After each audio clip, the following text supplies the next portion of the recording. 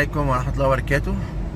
زي ما انتم شايفين يا جماعة، احنا بناخد اول كوبري هيتعمل في الشارع اللي جاي من الجهاز عشان مرورا بالنرجس الجديدة ونبقى عارفين الكباري دي فين. لو بصينا ده مول اربيلا، كنا عملنا كذا فيديو عليه قبل كده.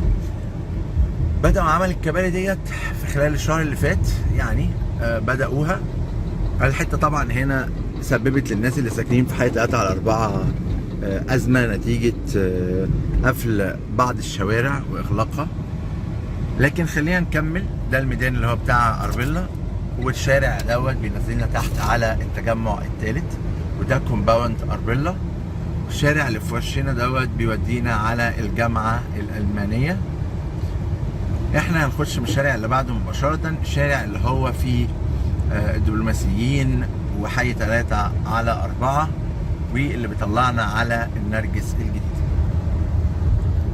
زي ما انتم شايفين الجزء الازرق دوت، ده كل ده الحرم واماكن الكوبري. فاذا الكوبري هيجي من مكان ما احنا بدأنا كده الفيديو، وهيطلع وهينزل في الشارع دوت جنب مول أربيلا، ونكمل على طول. الموضوع المفروض هيبقى فيه توسعة في المنطقة ديت. هم نشوف كابلات الكهرباء بيشيلوها، الجزيرة اللي كانت في النص خلاص، بحيث ان الكوبري هيكمل وهيتم توسعة الطريق دوت. احنا هنكمل. ده معهد العالي للحاسبات والمعلومات. احنا هنفضل مكملين على طول في طريقنا لحد ما نوصل لحد النرجس الجديدة. ده كده الدبلوماسيين، وده كده المعهد العالي، وبعديه حي 3/4. طبعا هم قللوا جامد جدا الرصيف الجزيرة اللي كانت في النص علشان خاطر الطريق ده يوسع بعد نزلة الكوبري الاولاني. يبقى ده كده اول كوبري هيقابلنا في الشارع اللي احنا جايين فيه من مكان الجهاز القديم، مرورا بالقطامية والحي الخامس، مرورا بحي 3/4. هنعدي على اول كوبري، وبعد كده هنمشي من جنب الدبلوماسيين. كل الكلام ده بيتعمل لهم توسعة لحد ما نوصل لحد بداية الكوبري الثاني. بداية الكوبري الثاني اهوت عند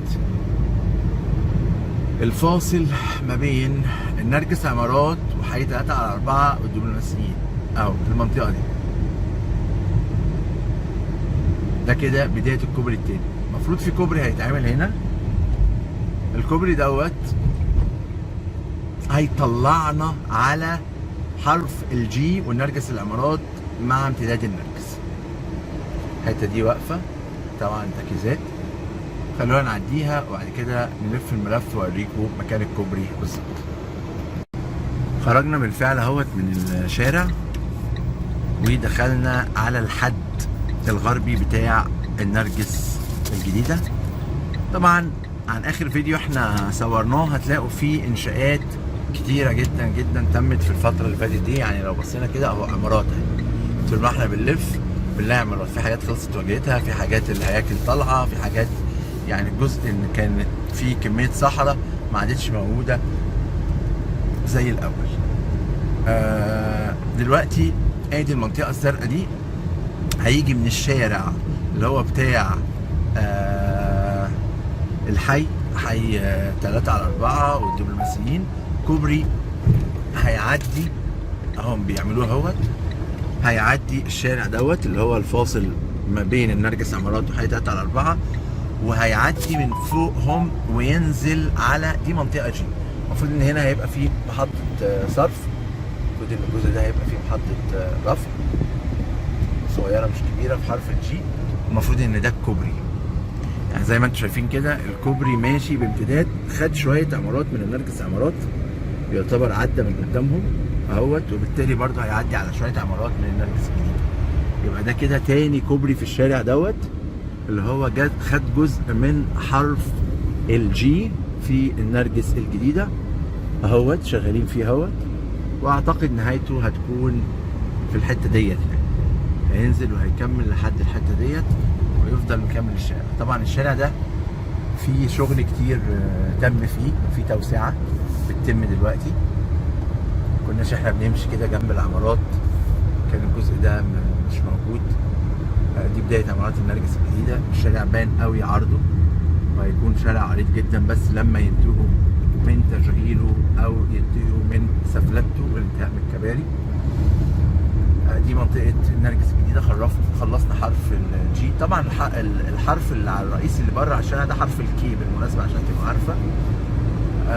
واخد قطعتين ارض، قطعة امامية وقطعة خلفية. ورا بقى الحروف الجي وبعديها البي وبعديها بعديها السي وبعديها البي وبعديها الاي. العمارات اللي هي في وشنا ديت الاراضي الكبيرة، مساحات الاراضي الكبيرة بدأت تتبني اهوت. وجوه هنا مساحات الاراضي الصغيرة اهيت، عمارات كتيرة بتتبني زي ما احنا شايفين. في شغل بيتعمل جامد في النرجس الجديدة او امتداد النرجس او الغابة المتحجرة. هحاول اصور لكم ان شاء الله فيديو جواها، يعني هحاول من ضمن سلسلة الفيديوهات اللي احنا بنعملها في الفترة ديت اللي انا اصور لكم فيديو جوه النرجس الجديدة. طيب عايزين نشوف بقى الكوبري الثالث فين. احنا كده في منطقة بي، فاحنا خلصنا طبعا كل الشريط كي، الشريط كله عمارتين، وبعد كده المناطق الرئيسية الجي ثم السي ثم البي. احنا كده بي، ننتهي من البي وهننزل مع المنخفض دوت حرف الاي. اللي على يميننا ده حرف الاي في النرجس الجديدة، واللي على شمالنا دي النرجس فيلات 8. برضو هيبدأ كوبري من الحته ديت، برضو هيبدا كوبري مع نهايه حرف الاي. الجزء الاخير في حرف الاي بيبدا الكوبري دوت عشان يكمل على طول ويقطع شارع محمد نجيب اللي هو جاي من عند جاردينيا من تحت لحد ما يطلع على البنفسج ووتر واي والمخابرات والكلام ده. ادي الكوبري اهوت على شمالنا زي ما انتم شايفين اهو. الكوبري بداياته مع نهايه حرف الاي، ادي حرف الاي، وهيكمل يعدي الميدان دوت، والميدان ده في الغالب هيتلغي، وهيكمل على طول، وانت مكمل على طول على طول لحد ما توصل لحد الاندلس. اعتقد في كوبري رابع بس ده ممكن نصوره قدام شويه، لكن خلينا دلوقتي عند الميدان اللي هو عند المستثمرين. خلينا نكمل الشارع دوت محور محمد نجيب، ظهرنا بنطلع على البنفسج وعلى التسعين الجنوبي. الجزء اللي على شمالنا ده جاردينيا 1، الجزء ده محطة الصرف. هوريكم النرجس الجديدة ده منطقة ايه، ونهاية منطقة ايه بتبدأ القرعة الجديدة اللي لسه نازلة. يعني لو بصينا على ايديكم اليمين دوت، الجزء دوت نهاية حرف الايه، الجزء ده نهاية حرف الايه. وبعد كده في منطقة منخفضة. المنطقة المنخفضة ديت هي دي منطقة القرعة الجديدة اللي لسه نازلة الشهر اللي فات، وهتشتغل فيها الدولة علشان خاطر تسلمها للي اشتروها. هيبدأوا يعملوا مدقات والكلام ده. طبعا هنا في صب خرسانة للكوبري، الجزء دوت بيعملوا فيه صب خرسانة عشان بعد كده يرفعوه بالأوناش ويتشال بالكوبري. طبعا على شمالنا جاردينيا هايتس. عايز نهاية الكلام دوت ألف وشي وأوريكم الجزء بتاع القرعة الجديدة. لو بصينا كده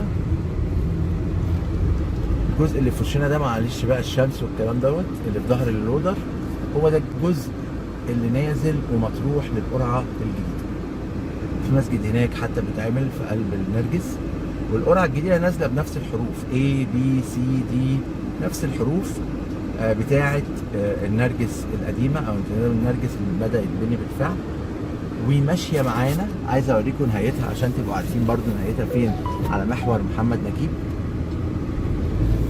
هنفضل ماشيين لحد ما نوصل للبنزينة اللي في وشنا ديت، اللي على ايدنا الشمال. البنزينة دي في جاردينيا، ومع بداية البنزينة هتبقى نهاية الجزء الخاص بالقرعة الجديدة اللي موجودة بالفعل في النرجس الجديده زي ما احنا شايفين. ادي البنزينه اهيت في جاردينيا، وادي نهايه القرعه الجديده الخاصه اللي لسه نازله دلوقتي. اعتقد عقبال ما تشتغل وتتسلم ويبدا فيها مباني، اعتقد مش قبل سنه ونص او سنتين، وبعد كده كمان التسليم 3 سنين. يعني الحياه فيها مش قبل 5 أو 6 سنين من وجهه نظري. لكن النرجس اللي هي القديمه ممكن تبدا حياه كمان 4 سنين. ارجو ان يكون الفيديو دوت صور لكم الواقع، واراكم دائما على الف خير.